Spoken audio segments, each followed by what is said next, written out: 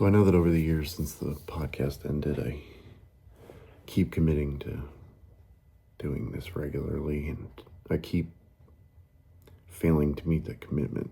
I'm not sure if it even matters anyway, but this one's intentionally going to be a one-off.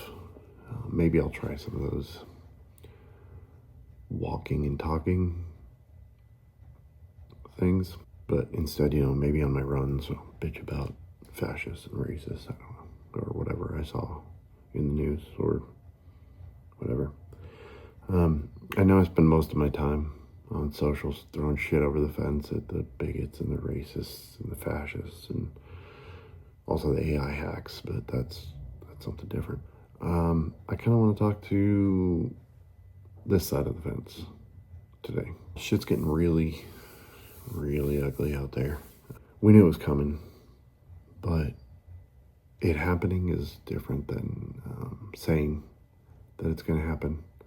There is something that I think as progressives we need to prepare ourselves for, and this is probably going to piss some of y'all off, but we need to be ready for the Democratic Party to fail us.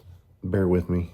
I'm going to try to keep it short-ish and try not to go down too much of a rabbit hole. The Republicans, the fascists, we need to call them what they are. We need to regularly be calling them what they are destroying our systems of support.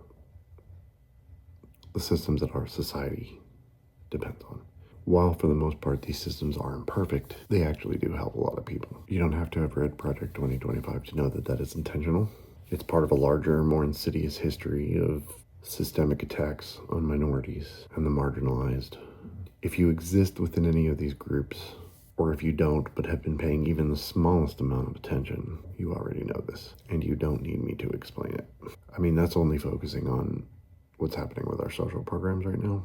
That's not even taking into account what's happening in LA as we speak. An Australian reporter was shot yesterday with a rubber bullet intentionally while reporting in the street. I'm pretty sure it's a fucking war crime.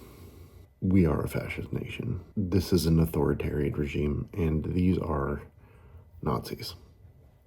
Full fucking stop. Anyway, as the dust settles on the ruins of these imperfect but necessary systems, what we need is for those in power to take an honest look at the wreckage that's left and figure out what in their place could work better. How do we make sure every American is healthy, fed, housed, educated? How do we make sure our kids are safe, our elderly are cared for, our sick and dying are comfortable? How do we do these things in a way that is empathetic, compassionate, and selfless?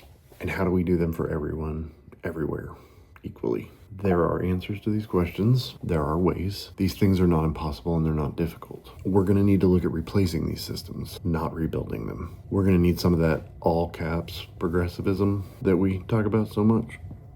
But I don't mean just this side of the fence. I mean all of us, including those fuckers on the other side. They may not know it, but the further down the road into fascism we get, the emptier the store shelves are going to get.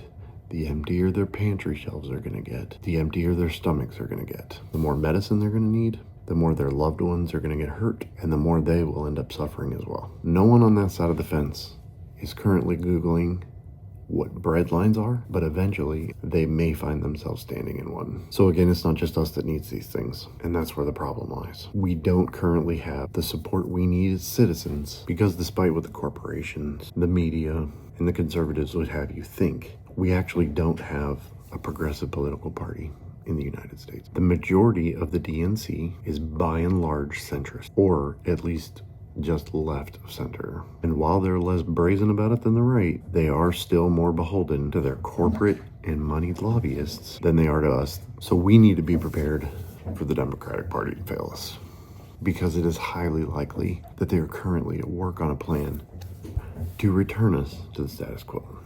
I'm not really offering a solution here. That's not my intent. Just thoughts. And I guess a heads up, maybe. We need empathetic, compassionate, and selfless leaders. We know they exist, not just on the national level, but on the state and local levels as well. But they don't have a party to back them up. But the DNC has spent a great deal of time, effort, and money keeping them from getting any real change enacted. Because the gears of this machine are working as intended. Anyway, I just felt like it needed said, and I hope I'm wrong. I don't think I am, but I hope I am. And for my part, I am preparing myself for what could conceivably be considered a huge betrayal. So, I guess happy Monday and fuck fascism.